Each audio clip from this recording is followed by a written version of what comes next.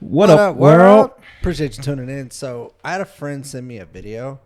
It's what's this? Last week tonight with John Oliver trucks. Okay, I don't know. I don't know what this is. It's basically something with John Oliver in it. So yeah, we don't need to airdrop it. But it does. Okay, but we're gonna check this out and see what this is, and I guess react to it. Okay, let's get into it. Ready? You turn that up. Moving on.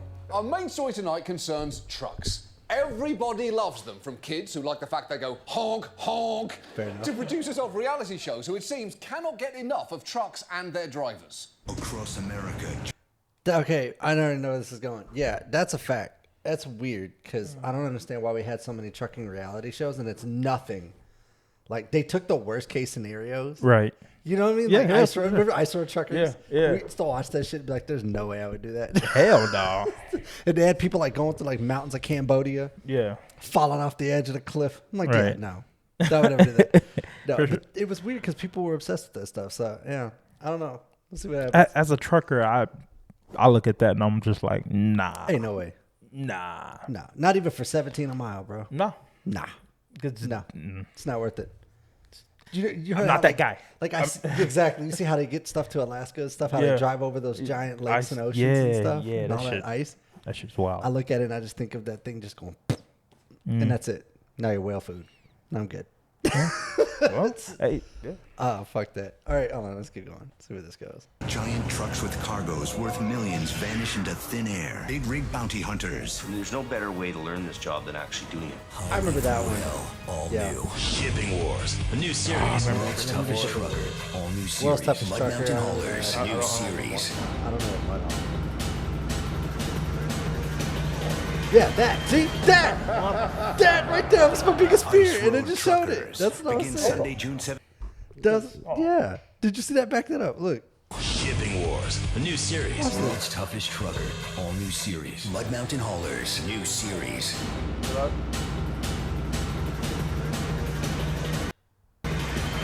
Oh, you should have. My bad. I'm trying to get to where like it's underwater. Shipping. So if that were to happen, right, they mean they had a camera set up. Yeah, that's what I was about to say. It's probably Hollywood shit. But I mean, that's, I don't know. It's $250,000 rig. So. I get what they're trying to portray, but you already unless hold on. To be fair, unless it actually happened and someone just crammed a fucking camera down in the water to see what it looked like. True. Yeah. Obviously, hold on. I want to see this. Wars. A new series. World's toughest trucker. All new series. Mud Mountain Haulers. New series.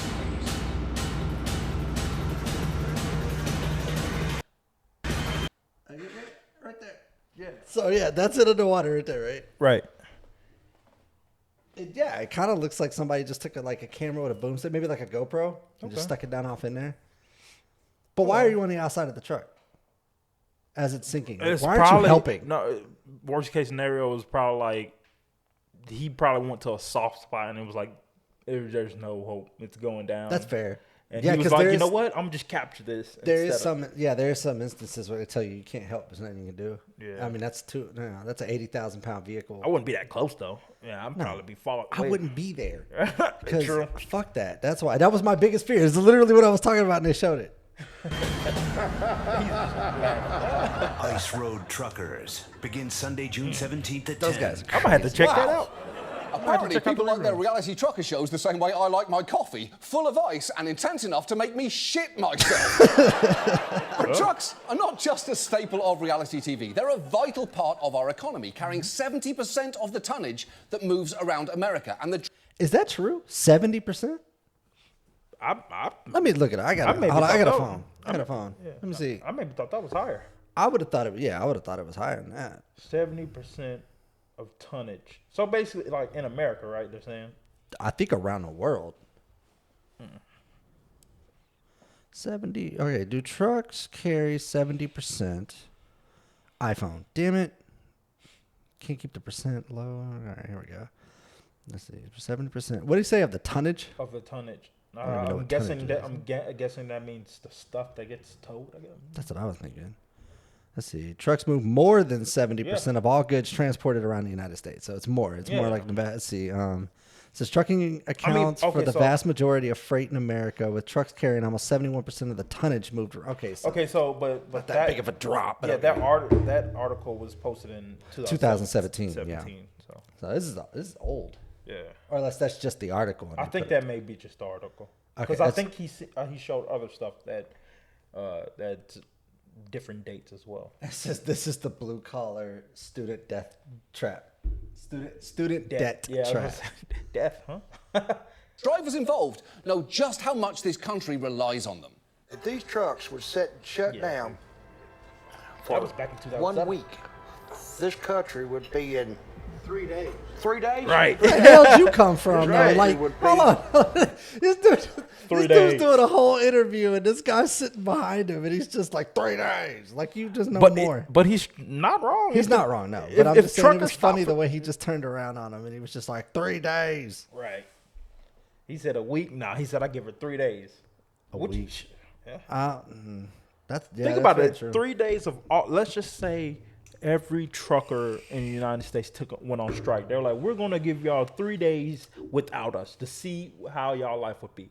America be, Walmart to be empty. Yeah, Sam's Club be empty. Everything. Costco would be empty. No gas because they get there from gas tankers. So like, yeah, every single thing that you eat, drink, wear, drive, whatever. Yeah. Whatever, right? That's an old saying. Right. But yeah, you get the point. Everything, everything you wear, stuff like shoes and baby clothes, so diapers. Think about that, right? Like feminine products, diapers, formula, all that stuff comes out trucks. Yeah, true. Yeah. Yeah, you'd be in a crisis if my thing trucks is, shut down. We, as I say, we as truckers, we amount for so much tonnage, as he said, and we just don't get paid for that. Shit. Yeah, that's my new word, tonnage. I'm gonna be like, we carry 70% of the tonnage. What do you do? Sit in your chair, you fat fuck. They shut the country down. There's nothing you eat, wear, drink, drive. That's what I was saying. Yeah. Doesn't move on a truck. Yeah, that's an old saying. It's pretty upsetting to realise that without trucks, after just a week... 3 days. Sorry, 3 days. 3 days. Okay, I see what this is Every kind of like a department in comedy America bit. would go from fully stocked market to all-you-can-eat raccoon buffet. Yeah, okay. So it's no wonder trucking is a huge industry, with more than 3.5 million people in America working as drivers, from port truckers who bring goods off ships to rail yards and warehouses, to long-haul truckers who move them across the country, to last-mile drivers who take care of local delivery.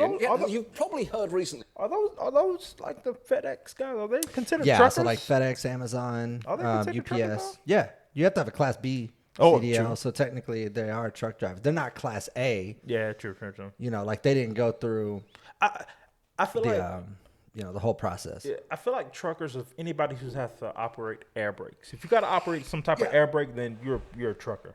To me, that may not be to some people out there. Like, hey, I have a Class B in my truck. I don't. I mean, okay. Here's my thing. Do you really need a license to drive Class B? Because in my opinion, all you're missing is the air brakes. Yeah, true. That's all you have to do to get a Class B license and go take your air brake test. Oh, well, yeah, you're right. And the air brakes test is just basically showing you how air brakes work. Yeah. Push in air, releases brake. Pull air, knob, and brakes engage. Yep. And that's it. Yeah, So that's I don't legit. know. Do we really need that though? I mean, I guess. What are you saying? Like, do we really need?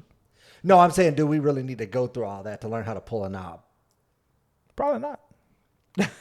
I could show you that. Take me 10 minutes to explain that to you because it's really not that complicated. They make it complicated, but it's not like they expect us to be mechanics and shit when we walk out of there. You for sure. took the CDL test, right? Yeah. Mm-hmm. They want you to know every single part of everything everywhere. And I'm like, dude, I'm never going to remember this. I'm never going to. And guess what? I don't. And even if I did have to remember it, I'm not fixing it. No. Take it to a fucking mechanic. Yeah, exactly. Hey, I think the crazy part is, I don't know if you know this or not, but it's federally illegal for a non-CDL mechanic to work on a CDL truck.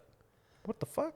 Yeah, look it up. It's true. So like if you own a truck, right, and like the brakes go out or the tires, blow or whatever, you can't change your own tire and you can't change your own brakes. You can't, like if the blower goes out, you can't change your own blower because that's why you have to go through so much schooling to be a CDL mechanic. So yeah, I looked it up. As I know, I was like, that's wild. I didn't know that.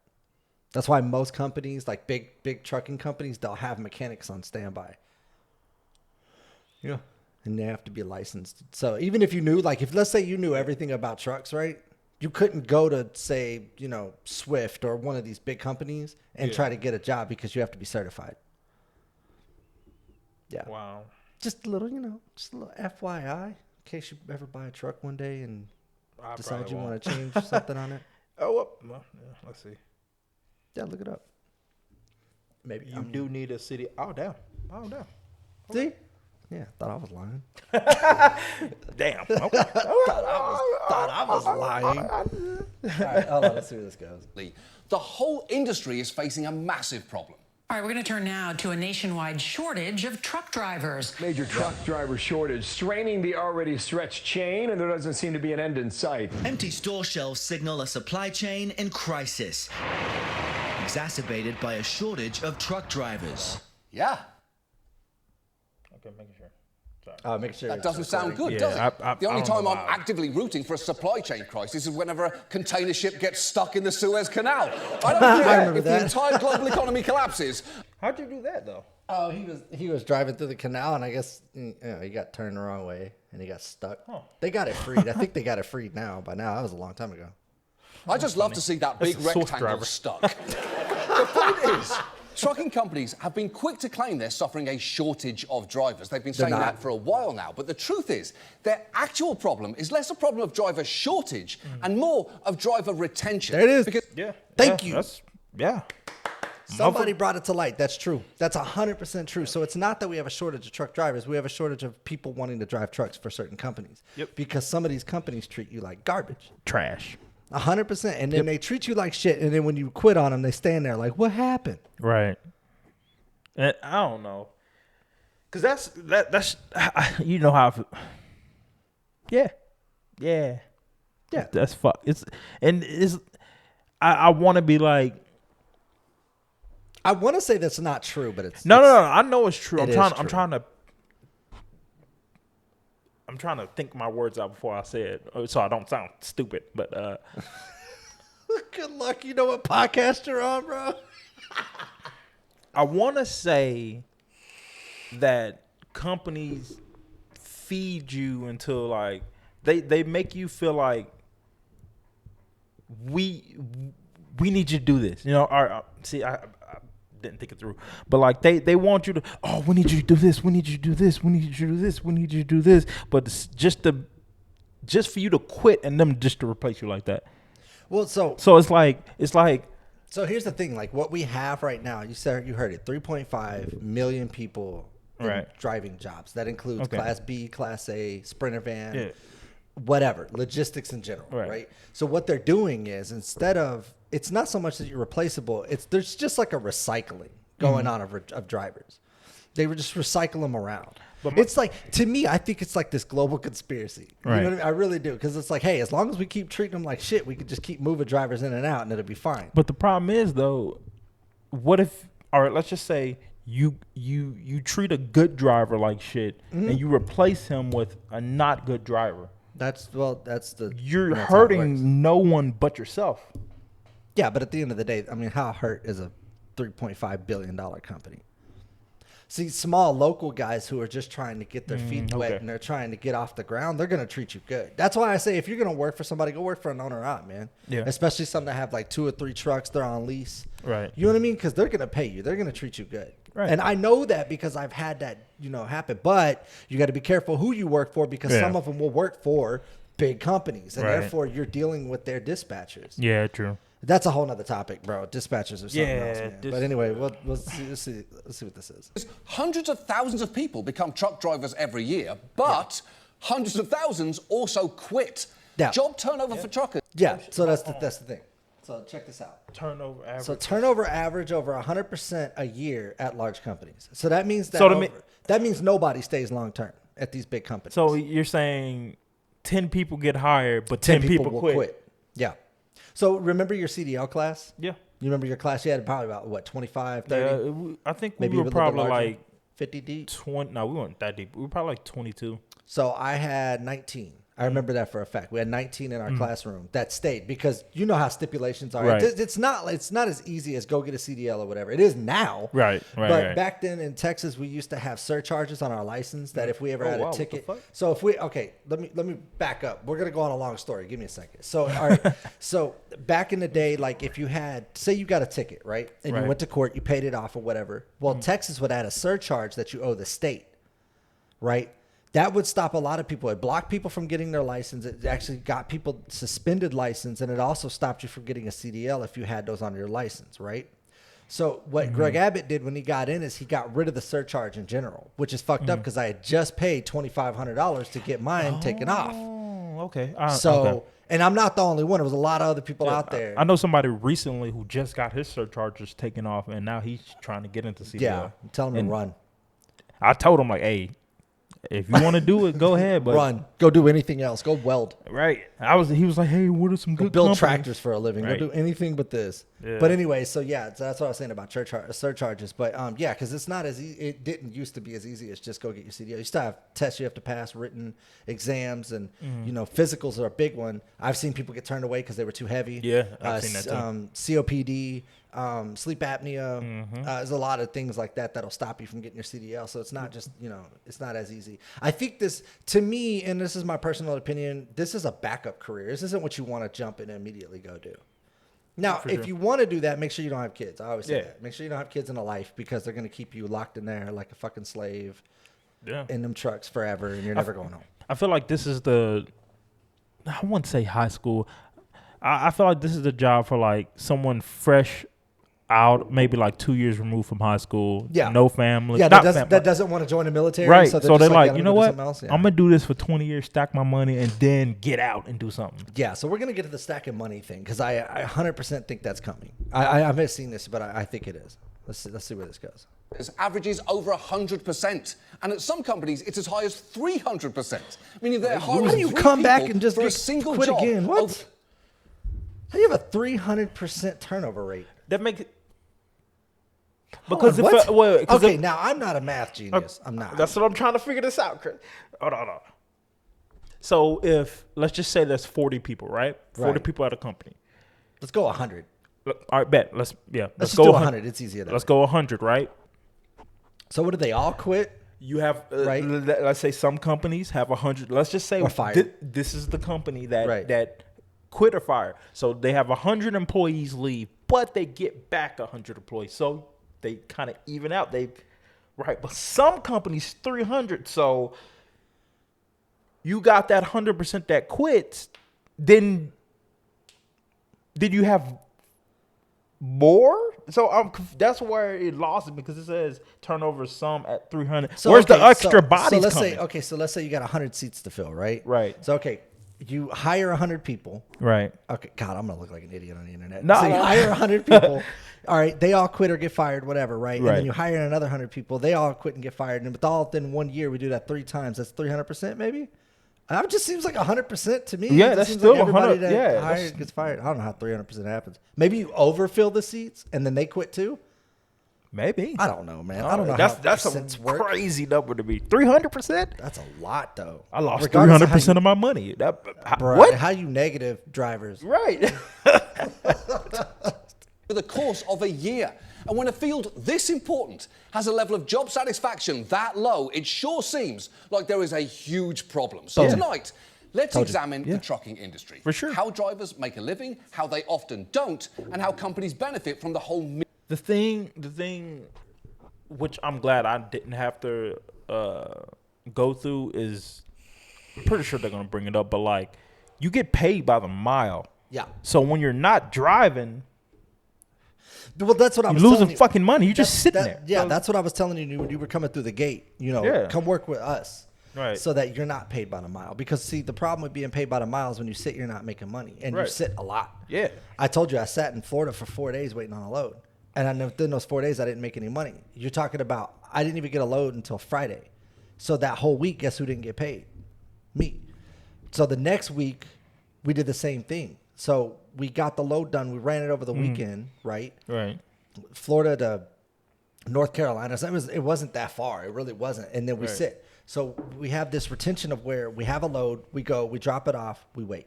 Right. Unless they have something coming back, which is extremely rare. Right. Especially for like new drivers. So you do a lot of sitting. Now that's why some of these companies, they got the idea, okay, not everybody's going to get a load off the rip. So we'll give you a minimum. So you can make a minimum of $400, $500 a week, or you can make a minimum of $1,500 no, $1,000. That's what Dart Transport offered, $1,000. So it's like a minimum of $1,000 a week. That's your minimum, which sounds good, but they have to keep up with their promise. And if they don't, there's no legalities to it, Right. Because it's just a promise. Right. So even if they offered you this and then they didn't give it to you, there's nothing you could do about it. Yeah, you just kind of. And that's why I quit the trucking company I started with, is because they did that exact same thing to me. So anyway, let's move on. Miserable system. And the first thing to know is it wasn't always like this. In the 1970s, truck driving was a solid middle-class profession, with 'Cause it was trucker regulated. culture See, I didn't know that. even becoming trendy through songs like Convoy, movies like Every Which Way But Loose, and TV shows like BJ and the Bear about a trucker and his chimpanzee friend. And you're thinking, that show sounds weird? You don't know the half of it. Well, BJ was a happy-go-lucky trucker who would haul anything for a price. You are the guy, aren't you? The guy who hauls anything anywhere for $1.50 a mile, no questions asked? But this time, his cargo was 11 young women escaping from a white slavery gang. Whoa! Nothing to BJ McKay, an ex-POW and helicopter pilot from Vietnam. Whoa! Where do we go from trucking to helicopters What is this called? What was it? BJ and the Bear? Oh, this is not a real thing. They made this up. BJ and... We went far left from trucking. We went from... First of all, it was a real thing! It was a real thing, bro. This is a real show. That's no way. First of all, you hauling anything for $1.50? That's $1.50. Are you crazy? This was in the 70s. Oh, okay. So that's probably this was back when shit was cheap, man. Okay, so he's making a killing. Shit was still made in America. This wasn't. Yeah. Why did it veer from trucking? Why is his monkey named Bear? I think I have more questions than answers. Might have to fucking why watch is that he shit. saving white chicks from white slavers, and why is he a pilot? And there's so much going on in this. But it's it may not. It may not be a trucking show. That's what I'm kind of getting. Maybe it's like no, it legit was. That's literally the whole stick of the show, was that he was a truck driver. That's what I was looking up. This is right here. It's let's see. I don't know the description. It won't show me the description. Yeah, I don't know. But either way, it was about a guy who owned a monkey named Bear, and they drove trucks. See, look, that's legit. Like, see, he's in a truck right there. It's like, the fuck? That's wild. There was so much going on in that. A little bit of information. It's like he's a Vietnam pilot, special forces, and he drives a truck with a monkey named Bear. I was like, hold on, wait, we got way too many questions. I don't think we're getting any answers from it. Claude Akins and Betty Weiser star. BJ and the Bear next Wednesday at 9, 8 Central and Mountain. Yes, the true golden age of television right there. This whole medium peaked in 1979, and we will never see the mountaintop again. That promo started with a driver living with a chimpanzee. Right. And it escalated so fast, Casey Kasem didn't have time to mention the chimp. Where did it come from? Right. Was the chimp also in Vietnam? Why Yeah, is it fair called question. Bear? Who cares? There's no time. It seems we're shooting guns from helicopters at other helicopters now. Those details are just going to have to wait. Every year, the Emmy should release a statement saying all awards go to BJ and the Bear. Right. Try harder Right. next year, TV. But Try the harder truth is, next time, truck TV. driving was genuinely a decent job. But that began to change in 1980 when Jimmy Carter signed the Motor Carrier Act, deregulating the market in an attempt to lower prices for consumers. That set off a race to... Okay, you lowering prices for consumers, but you physically, mentally fucking truckers. Right. Well, so Jimmy Carter did that because the rising cost was coming, right? So they decided if they deregulated transportation like they did, then it would lower costs for consumers because a lot of the stuff was getting imported at the time. So they were starting that import-export movement when, we weren't relying. Like, stuff was still made in the U.S., but China was a competitor. Right. Taiwan was a competitor. So a lot of people were like, hey, trucking is the new thing. Let's go do that. But they couldn't keep up with the prices because you had to pay the trucker, pay the fuel, and then you had to pay insurance on top of, paying for the port, paying for port licensing. There's a lot of stuff going on. So he thought this would be a great way. It sounded good and it probably worked in the 70s. But over time, like most things deregulated, they just took advantage of it. Right. So now this is why truckers are getting underpaid and are overworked. And we're in the situation we're in now, and there's a shortage. 300%. With 300%. Apparently. Yeah, with a 300% overturn. Right. On there. Yeah, that's so stupid. Wow. That's crazy. That's fucking crazy. BJ and the Bear, though. The bottom in cutting wages among trucking companies. And 40 years later, the base compensation for long-haul truck drivers is estimated to be down 50% in real terms. Yeah, and there are three key problems with the way the industry is currently set up that we're going to look at tonight. The first is how they are paid, because most long-haul drivers are paid by the mile, not by the hour, raising obvious questions like, well, what about when trucks are waiting to load, unload, and reload? Do they really not get paid for that? Hell no. So you think I've done this before or something? Right. The way I just predicted this, shit. the way this shit's going, you think I've done this already. Yeah. So that's the thing. That's what I was talking about earlier. Like when you're sitting, you're not making any money. Yeah. That's why I deter people from ever going with cents per mile. Go for hourly. Right. Because the best thing about hourly is let's say you're working for XYZ company and you're getting paid $26 an hour. Right. Well, that's cool. That's decent money for a truck driver, right? Hell so go yeah. bust your ass, make 50 hours a week, so you're getting 10 hours overtime at Right. over $40 an hour. Right. That's where your money comes in. We work off of overtime. Right. We're running on a 10-hour drive time clock at a 14-hour Right. day, and then 8 hours within in a 30-minute reset. So Right. when you look at it as a whole, that's probably the best way to go is hourly. Right. I will not do, and I repeat, not do anything cents per mile because if I'm sitting, I'm not making any money, and I got kids to feed. Yep. So And my thing, if they did do hourly, well, we run on a 10-hour clock anyway, so that's Right. literally we know what our max is. Yeah, So- but I mean, all right. So locally, most of the time, and I mean most of the time, me, because I work hard. I don't work over 8 hours a day. Yeah, true. Most of the time. Hell, now I think I work 6 hours a day most of the time. Right. And I'm still paid salary, so I'm still Right. paid the same amount. But it goes the same way because if you work a 12, 13-hour day, guess what? You're still getting paid the same. So, yeah. Yep. But I would go hourly. If I had to choose, hourly is the way to go. Right. Hell yeah. And a lot of the times they'll tell you that, like, when you're coming out of the gate, this is just something I like to tell new drivers, especially. When you're coming out of the gate, they'll tell you that you need retention. You need at least a year under your belt to get a good job and something decent. That's a lie. What you need is a CDL. Yep. The reason they want you to have a year is because insurance doesn't guarantee coverage for anybody that has less than a year experience. Right. But there's loopholes around that. So Right. trust me when I tell you, if you need a job, you'll find one. They're not hard to find. Yeah, they're they're a not. dime a dozen. You can throw a nickel and find one right now. Yep. Anyway, sorry. I got off topic. For the most part, they don't. This is a huge sticking point for truck drivers. If you ever go on Trucker YouTube or TikTok, I'm telling which you, do it. absolutely should, you will see a lot of videos like these. Why do we have to sit in a dock for 3 hours or 3.5 hours up to this point? I've been in a shipper now for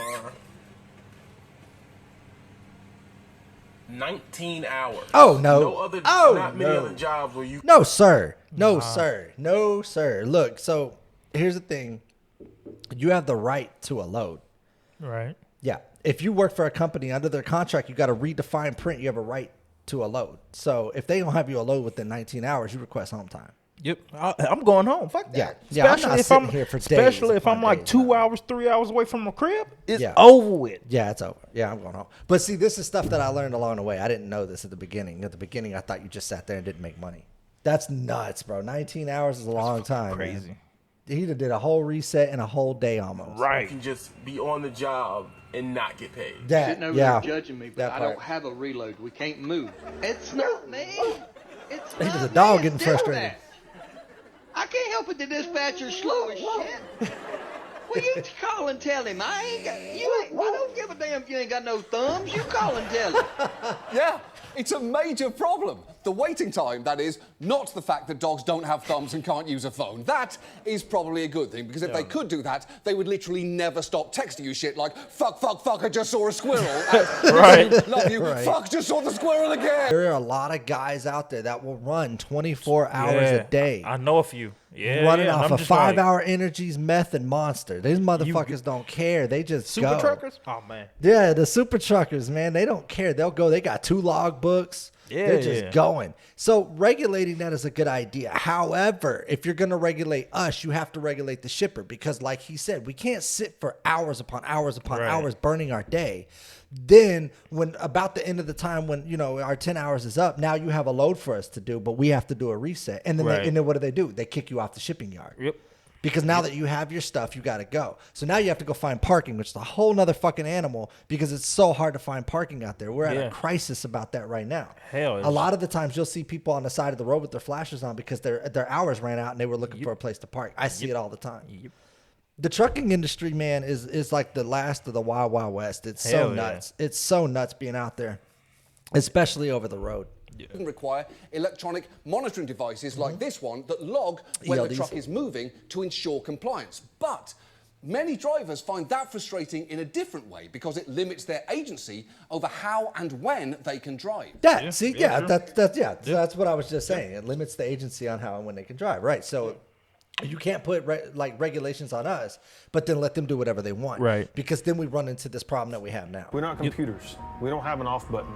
The thing this does do is it forces you to get up and go if you're tired. Exactly. It forces you to get up and go if you don't feel good. And it's not about running 24 hours a day. It's about making a common sense decision on how you feel, how the road conditions are, whether or not you want to run through rush hour, et cetera, et cetera, et cetera.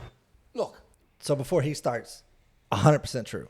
So here's the thing: when you have an issue such as road conditions, you have a cold or flu or God forbid COVID or whatever. Right. If whatever the case, if you're tired, pull your ass over and shut it down. Here's the thing: you're gonna catch recourse, from your repercussions. It's gonna happen.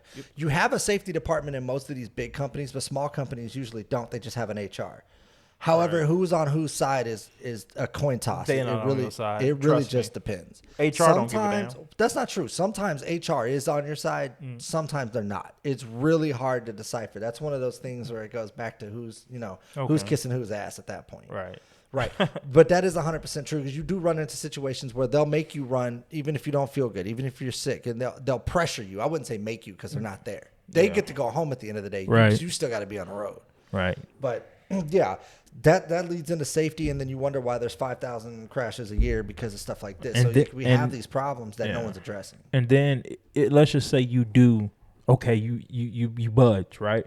Now accident happened. Now you're in the wrong. Right. You should have been doing this. Right. Well, you told me. Right. Yeah. You didn't physically tell me, but you know what you pressed me into do this shit. That's why I say, when in doubt, shut it down. Yep. If you could just deal with the repercussions later, and if they have a problem, they can come get the truck themselves. You get you a bus and go home, get you another job, because at the end of the day, the only thing we want to do is make it home. Yep. Yeah. So anyway, we'll keep it pushing. There are some jobs you can absolutely do if you don't feel good. Like this one, for instance. I feel like shit all the time. Look at me. But it doesn't really matter, does it? Because this desk isn't moving towards you at 80 miles an hour. Right. So time out. Most trucks are regulated at 65 miles an hour. I just want to be a stickler for that. But I get his point. Yeah. I get his point. I do. But to be fair, most trucks are regulated at 65 miles an hour. 65 is still fast enough to fuck some shit up. Yeah. No. Not disagreeing with that. But what I am saying is, when it comes to time to get there, you have to manage that at 65. So let's say you have a 800-mile, trip. You have to do it at 65 miles an hour. Yeah. And that's on a good day. That's that's without traffic, without running through cities, without getting lost on your GPS, because those are so wonderful. Yeah. So you know what I mean? Yeah, you have all that going on. But either way, most trucks don't go 80 miles an hour. But I get his point. Consequences of my poor job performance are not likely to kill anyone. Right. And when these rigid rules bump up against unpredictable work hours, drivers are put in an impossible position. Take this driver, whose company made him take his 10-hour break during the day when he couldn't sleep, and then found himself driving exhausted at night. And when he called his dispatcher to say that he felt unsafe to drive, just watch how badly the call went. Hey man, we got a bit of a problem, dude. I'm starting to fall asleep going down the road here. But get a load of this. The K&B So hold on. First of all, shout out to Abe. That was one of the first guys I watched on YouTube when I started my trucking career a long time ago. So he was one of the guys he was one of the keep it real guys, which is why I always keep it 100 when it comes to this trucking shit. Okay. So shout out to Abe. Yeah, I know exactly what this is. dispatchers, instead of telling him to just get some rest, hot potato Abe from one dispatcher to another. Each of them with the same advice. Get some coffee and then because we don't have a choice on this. Either get the coffee. My thing is this: if anybody who's ever been tired, and I mean not like morning tired, but like sleepy tired and drunk something to keep them up, the crash is 2 times harder. Yeah. So why would I take that risk? And let's just say I got 4 hours left, and they say you can make that 4 hours. Well, 30 minutes after 2 hours, well, however your body is, after you take whatever you is, now you crashing, like physically you're crashing, and now you most likely gonna crash because now you can't fight it. Right. So yeah, you're right. The crash is harder. That goes for anything that So, you like- take. So Monster, it's Red Bull, coffee. It doesn't matter. Another thing is that's really crazy about this is they push you so hard to get it there. Right. Have nothing for you in return. Right. And the shipper doesn't even know you were coming. Right. So that's 3 things that we always run into that it just blows my mind. I'm like, wow, if bad at your job was a career, it's this one. I wouldn't say bad. I would say Unorganized. If unorganized was a job, and it'd be this. and not caring, because like he said, at the end of the day, they go home. Like, Yeah. Well, you said that. Yeah. I At said the end that. of the day, they go home. Yeah, after 8 hours are done, they go home. If they wake up and realize you ran 7 people off the road, and they're like, "Well, damn, why didn't you pull over, mother?" Yeah, you run into that a lot. So What? That's why I say just take the hit. Fuck it. Walk around the truck, do something. I already did that earlier, man. Let's get out and get some fresh air. What is it, about 10 degrees outside? Yeah.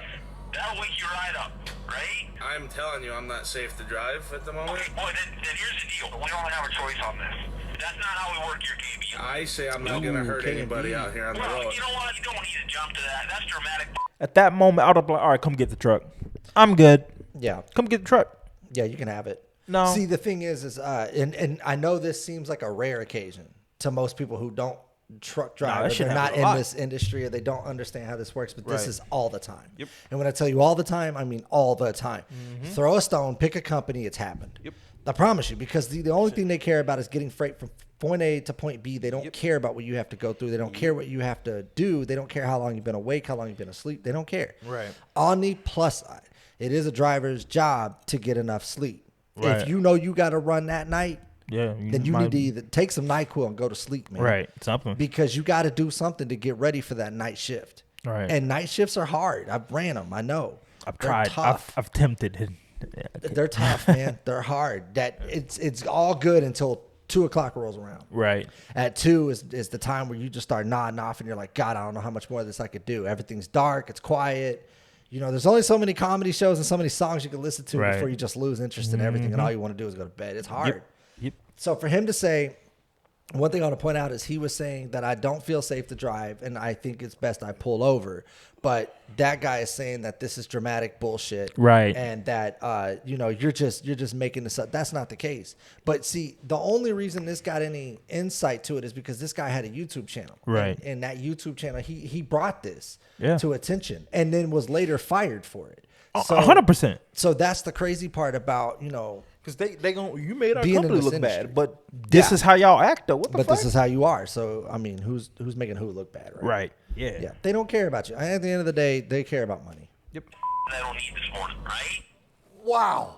I don't need that this morning. That is a hell of a statement. You don't need Get this- out of here with that dramatic shit until at least 1 p.m. It's like the mug says, don't confront me with the potentially lethal consequences of my reckless decision-making until after I've had my coffee.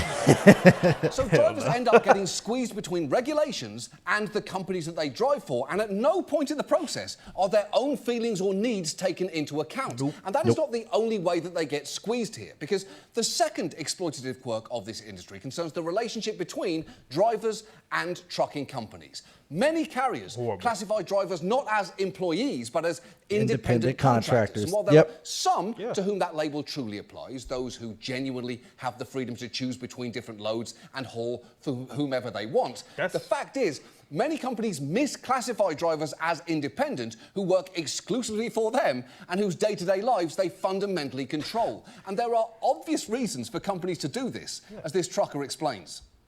Okay, before we get into that, one thing you never want is a 1099. Here's the thing. 1099 is basically stating that you're an independent contractor and you don't work for them, so they don't have to cover your medical. Right. They don't have to pay you overtime. Yep. They only pay what you're worth, and then at the end of the day, like they just screw you sideways. And the big thing, just hold on. The big thing here is that when you work as a 1099, it usually backfires. Like 99.9% of the time. You hit somebody, you're on your own. There's actually been, I don't know if they state this in this video or not, it might come up, but there's actually been times where independent contractors that work for Amazon were sued by Amazon to cover the expenses Amazon had to cover for a loss. So let's say like somebody gets into an accident, Amazon doesn't cover you, but let's say they sue Amazon. Amazon's going to sue you for paying for their lawyers. I've heard of it happening a couple of times. That's why I brought that up. That's fucked. Yeah, well, that's being an independent contractor because technically you're not an employee, so they don't have to pay you any benefits. They don't have to pay you anything that has to come with the W-2. True. Right? Oh, okay. Yeah, they don't have to cover you for at all. Just kind of like how, remember when we were talking about the Walmart thing and how they were paying, or they were getting people at 39 hours, so they didn't have to cover the medical and stuff. Right. Yeah, it was that same role. And that's how they do you in trucking is that they love to run that 1099 shit. It's a loophole. It's not so much a loophole. It's a win-lose. You're going to lose and they're going to win 100%. Yeah, because they're going to get their freight moved. And right. They're going to get their if freight something moved. happens, you're just shit out. See, what you don't know is most freight moves for about $2.50 to $3 a mile. Now, granted, gas has gone up, so it's probably gone up from there. It's probably looking at 4 to 5 easy. Right now. Okay, you're getting paid, what, 25, 35 cents a mile? Yep. So you're getting screwed sideways regardless. Right. But anyway, let's just keep going and see where this goes. Not classified as an employee. I am classified as an independent contractor, but I have very, very little control over the success or failure of my company. Right. Despite his so-called independence, Pryor works exclusively for shippers, which doles out his daily routes. He's seen his paychecks dwindle and has none of the protections he would get as an employee. As long as we're independent contractors, they don't have to cover benefits. They don't have to cover sick days, bereavement, leave time, holiday pay. None of that shit. It just saves the company money. Yeah. Yeah, of course this is attractive for companies. They don't even have to give you time off when a family member dies. So unless your nana's wake is being held in front of the diesel pump at a Wawa, you're probably not going to be able to attend. And it actually exempts them from... That's fun. Just stop for a second. I love that dark humor is becoming more and more relevant in television. Yeah. This is a news anchor? Yeah. Well, it's a comedy. Yeah, central, okay. But still, granted, it's HBO. Funny. Is it HBO? Yeah. Oh, I'm sorry. It's HBO. You're right. So either way, it's still funny, though. Right. Even more than what he just said there, because it also allows companies to avoid paying payroll taxes, workers' comp, and unemployment insurance, as well as the minimum wage. So here's the thing. That's what I was going back to as 1099s. Something I forgot to mention is that, you don't get workers' comp. If you get hurt, you just get hurt and you're out of a job. You're out of work, and then they could cancel your contract at any time. So what that means is, let's say you're on the back of a truck, you're sweeping out a trailer or something, and something happens, you slip and fall, break your ankle, you're on your own. They don't have to pay you anything. That's fucked. And they'll make you drive the truck back. I know, but I'm just saying, for new guys who don't know anything about this industry and are thinking about getting in it, I'm telling you, you really got to watch what you do. Right. You really got to watch your moves. You got to have a game plan here, because if you don't, they're going to eat you up and swallow you whole. And it happens all the time. And if that wasn't enough, being an independent contractor means all the costs and risks of truck ownership get pushed onto the driver. Yep. Just watch as this former trucker explains exactly what was left of her household earnings once she and her husband had accounted for all their costs. We made $150,000, right, in a year. Check it out. That sounds great, right? Yeah, that's good money. watch. We paid $100,000 in fuel. So just alone? Hold on. So let's break this down, right? So this is what I get into when I talk about lease programs, when I talk about stuff like that, because I know a lot about this. I'm telling you, I've started trucking companies. I've worked for a lot of trucking companies, big prestigious ones. I started out in a big one. I've moved to smaller ones. because of this reason. Big companies don't care. Right. The thing is what she's saying right now, she made $150,000 in a year. That sounds like amazing to a lot of people, right? Yeah. Now let's deduct the costs of being a 1099. So $100,000 for fuel. That's what we start with, right? That's what she's saying. So let's keep going. Okay, so right there, now I made $50,000. Right. But I didn't really because, you get an oil change every month, so it's $300 That's $300 a month. You still have... What's 300 times 12? Really? That's okay because I don't know either. So it doesn't make, I'm not going to shit on Fred. I don't know. I probably do, I but I'm just too I tired could to think do of it. it Yeah, right now. I could do it easily, but Of course you could. We all could. We're not as dumb as we look, I swear. Right. Right. What's 300 times 12 though? It's like $300 a month. 30. So that's oh, sorry, hold on. Yeah, that's $36,000. Is that really $36,000? $3,600. No. So all right. So she said $300 a month times 12, right? Oh, you're right. Yeah, right. 3,600. So 300. Fred's trying to add extra zeros. 12. Yeah, 36. Yeah. Okay. I was like, My 1,000. bad. Ain't no damn My way. bad. Yeah, $3,600. So now instead of making $50,000, she's already down. Yep. Even more than that. I'm too tired to do math, but let's just keep going. To do all the maintenance. We had a motor blowout, right? Oh! $13,000. How? What? She said how much? Because, you get an oil change every month, so it's $300 a month. You still have to do all the maintenance. We had a motor blowout, right? $13,000. I would have quit. $13,000 because a motor blew up in a truck that she doesn't even own. Well, no. Technically, because she's the owner op. No, she's a lease agent. No, she's the owner op. She's the owner op. Yeah, she's the owner op. So okay, so this is not a leasing. No, program. they're saying owner ops. But she's saying she's working through a company. So No, be a lease program. meaning. Hold on, let me go back. Maybe I'm wrong. Maybe I'm reading this wrong because I'm pretty sure she's leasing a truck through a company. We'll play back. And whose day-to-day lives they fundamentally control. And there are obvious reasons for companies to do this, as this trucker explains. I am not classified as an employee Skip that. because they don't have to pay the company. She and her husband. Okay, right here. Costs Nope, you and went too far. risks of truck ownership get pushed onto the driver. Just watch as this former trucker explains exactly what was left of her household earnings once she and her husband had accounted for all their costs. We made $150,000, right, in a year. That sounds great, right? That's like it good doesn't money. say. Hold on. I think he did.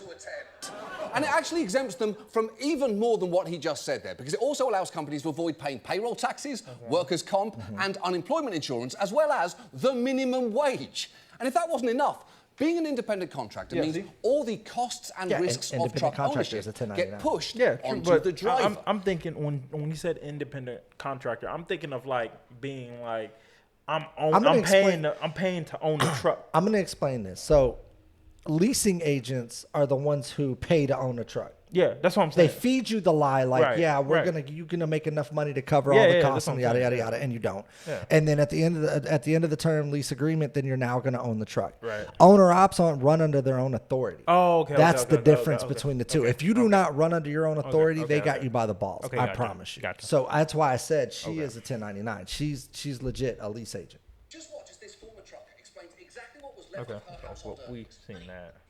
Right? I know. I mean, I choke up a little just think. We had a motor blowout. Okay, here we go. $13,000. That's still fuck. Right? I know. I mean, I choke up a little just thinking about it because it was $13,000, and we were off work for 2 weeks. So by the end of the year, with that $150,000, by the end of the year, we made about $22,000. Okay, so let's $22,000. Let's divide that by 2 because she keeps saying we. So I'm assuming she had a partner. No, she said her husband. Her husband. Yeah, All right, so they each made $11,000 for that year. You're welcome. I just saved you some time. Yeah. So the thing is when you think about what is $11,000 a year out of $150,000.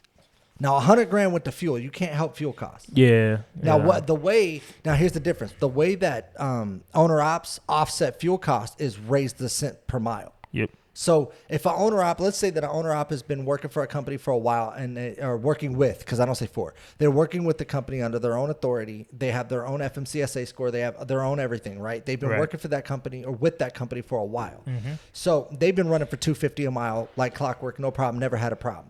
Right. this certain situation hits with the whole Biden craziness, and now fuel has gone up to $3+ almost $4 a mile. It was It's at actually $4, over yeah. $4 a mile right now, or $4 a gallon. I'm sorry. So with that said, what they're going to do is they're going to have to offset the cost by raising it $3.50 to $4 a mile. They don't have a choice, or they can't run, or Right. you're going to end up in a situation like her. It's a numbers game. Yep. And so with that said, when you're a 1099, you don't have that luxury. Yep. If you're running under their authority, you go by their rules, you do what they say. So you don't really own anything. Nope. Now, most people get in there with that understanding and they say, hey, you know what? I get that, but I'm going to just run it out, ride the lease out. And then, when it's my company, it's my truck, I can go do what I need to do. That's cool.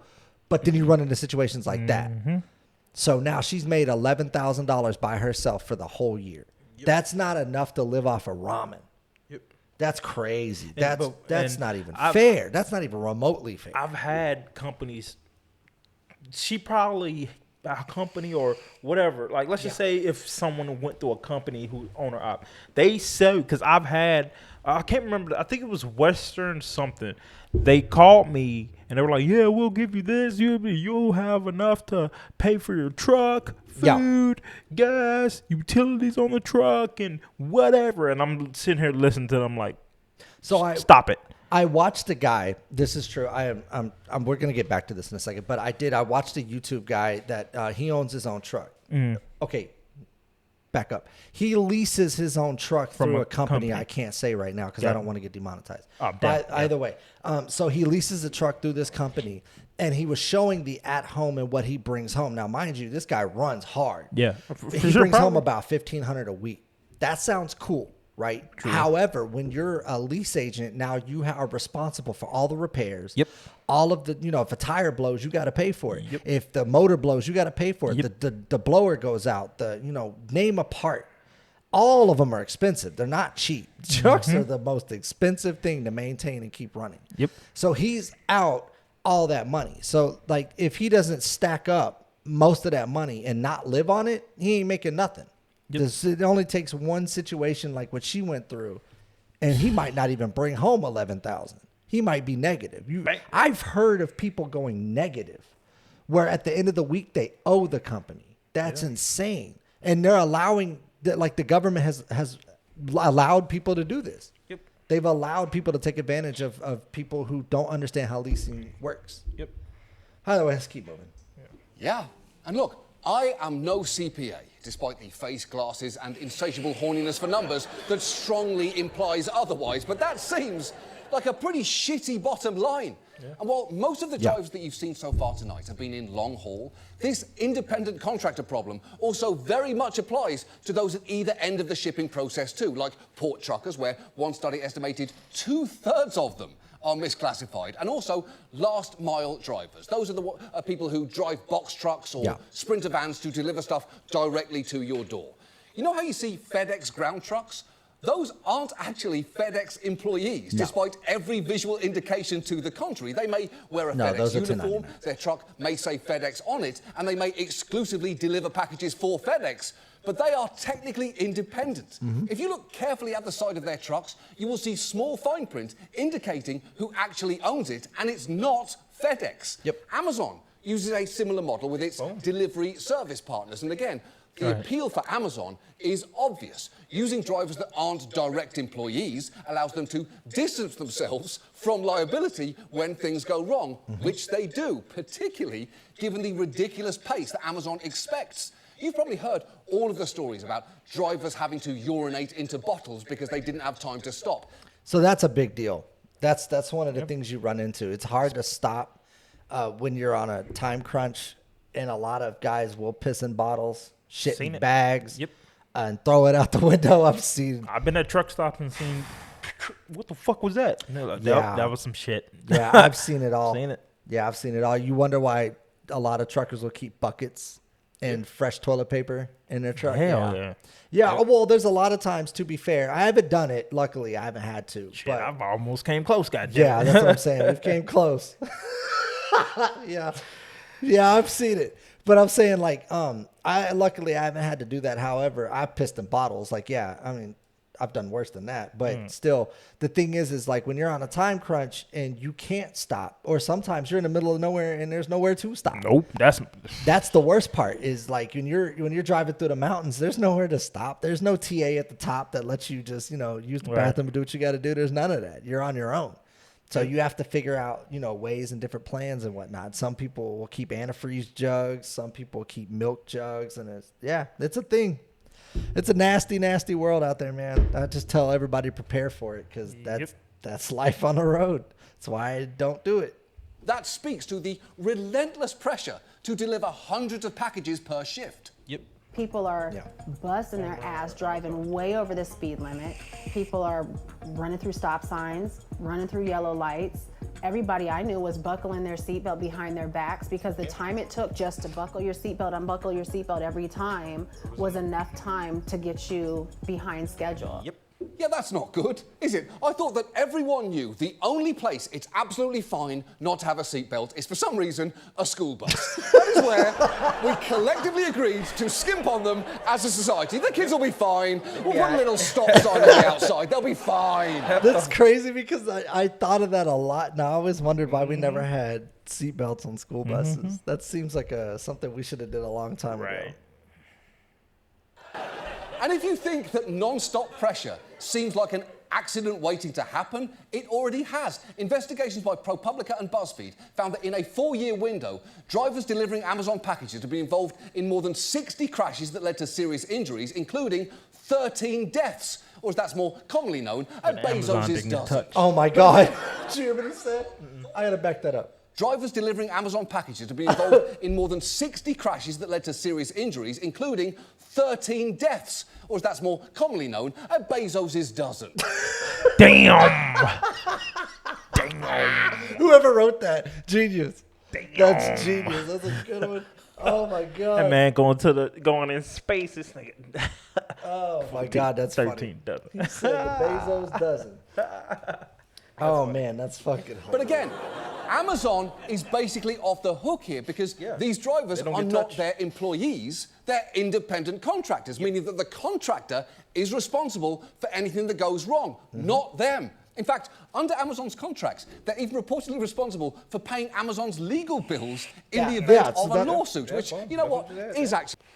So that's what I was talking about earlier, because I ran across that article and I was like, that's crazy. So Amazon got sued and they sued the guy to pay his legal bills, to pay Amazon's legal bills. You're talking about the richest company in the world now. So they're going to win. Well, actually, I think Tesla beat him now. But still, second wealthiest company in the world. And you're talking about you have to pay their legal bills as a 1099. Fuck. I'm telling you, don't do it. That's my key. If you can't get it by the hour and you have to go by the mile, do that.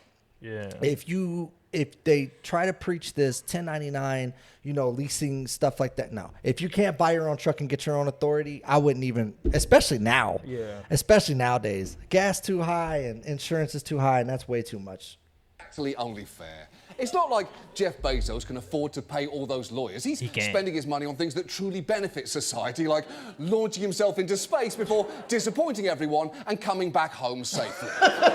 And amazingly, Bezos I've got punchline. one more exploitative quirk of this industry to show you, and it's something called lease purchase agreements. Oh, so yeah. This is a system where drivers who cannot afford their own truck offer the chance to lease one from the company they drive for, with the promise that they'll earn enough to eventually pay it off and own it. Here is one company giving you the hard sell. Own your future with Western Express. I said it was worse than something. Oh. Find your true potential and earning power with truck ownership. Don't do that shit, Western's bro. lease purchase program is like no other. There's no money down, no credit. So here's the thing. I know you see a lot of old trucks out there. I know this is a long reaction. We're already almost at an hour on this. This is probably going to be his own video. Video, right. But I'm saying, I know that it seems like a good idea and it seems like something that you could really do. And there's a lot of old trucks out there. There are, like the old 89 Peterbilts, and you'll see a lot of that stuff. Most of what you're going to get is Freightliners. Right. And as much as people will disagree with me, I'll fight you to the death. Freightliners have like a 3-year life shelf, and then everything starts to fall apart. So if you can't get it, what are we in, 2022? If you can't get the 2023 model, I wouldn't even try it. Not going to lie to you. Because what they're going to give you is the 2012s, the 2014s. So they might have a couple of 18s lying around that look good, but you're going to put more money into it than it's actually worth, and you're not going to make a lot of money on the road because you're too busy paying it off. Yep. So, yeah, let's just let this run. No credit check and no balloon payments. At Western Express, we deliver independence, one driver at a time. Okay, for what it's worth, I am immediately suspicious of phrases like own your future and find your true potential. Companies with selling points like that typically leave you with nothing but debt and a closet full of leggings designed to turn your crotch into a magic eye poster. And the fact is... I want to stop this real quick. Hold on. I have a question. So he said whenever they were talking about who was doing the reporting, it was BuzzFeed and another news agency. Right. Why is FMCSA not doing any reporting? When you think about the Federal Motor Carriers Association of America, why are they not doing shit? They're not checking these companies. They're not, doing their job. That's what you were supposed to do. Honestly, I'm 100%. I think that this needs to be regulated, and we need to go back to government regulations on some of this stuff. Yeah, not only for safety reasons, but for fair and equal work paid. And I think this is crazy, but this is all true. Yeah. This is all true, all of it. I promise you. Drivers who participate in lease-to-own agreements almost never succeed. Nope. One trucking company executive even estimated that of all the drivers entering into their lease purchase program, only around 5 to 10% actually ended up successfully taking ownership of the truck. So the odds 5 to 10% heavily against you. And as for the whole delivering independence part, that is the real irony here. I will say this, it's better than their turnover rate of 300%. True. I still don't understand, but okay. If you are leasing a truck from the company you work for, you are now tethered to them. Yep. You are reliant on them to give you loads to earn money, which you are then paying back to them to pay off your lease on top of all the other expenses that they can throw at you. This has been a common problem for both long-haul and port truckers. Yeah. It takes drivers until each week, they get paid each week, and it could take them until Wednesday or even Thursday before they even begin to make $100. Okay, so shout out to HBO. That was funny. That was a good one. That was a good one. I love it. Send me more of those. Right. So the accuracy in the video is obviously, it's dramatized, but it is pretty true. Right. You're run to death. You're paid little. You don't, especially over the road. Like I said, you don't get to see your kids. You don't get to see your wife. It's all through FaceTime. And the thing is like you're spending all your time out there because we all as men and, women and whatever, we all want to provide for our families. That's the key. That's the reason we start careers like this in the first place. They hit you with the money up front. You get in, you find out it's BS, and now you're stuck in a loop you can't get out of. Yep. Until they do something about it, which I'm hoping they do, it's not going to change. I feel like we won't see any change in our lifetime. Maybe in our kids, our great grandkids, maybe, but in our lifetime, I think this is. Well, it depends because they have two options. They can either stick with what they're doing or go autonomous, because that's the big threat on truck driving right now. I feel like they're going to stick. I don't know. I've autonomous driving is far off, but at the same time, it's here. So yeah, I don't know. We'll have to see how it goes. But I would say accuracy. I'm gonna give it 10 out of 10. Easy. That's 100% accurate. Yeah, what he said is all true, and that's why I say buyer beware. Yep. Be careful what you wish for. Right. That's it. All right, we're out. We out of here. Peace. What up, world? Appreciate you tuning in. As always, make sure to like, subscribe, and comment down at the bottom below. Yep. Make sure to hit the notification bell so you get notified anytime new videos upload. Check us out on Facebook, Instagram, YouTube, Spotify, and now I have a brand new website. Right. It's www.whatupent.com. Check it out. And it will also be in the descriptions. All right. And we're out. The descriptions.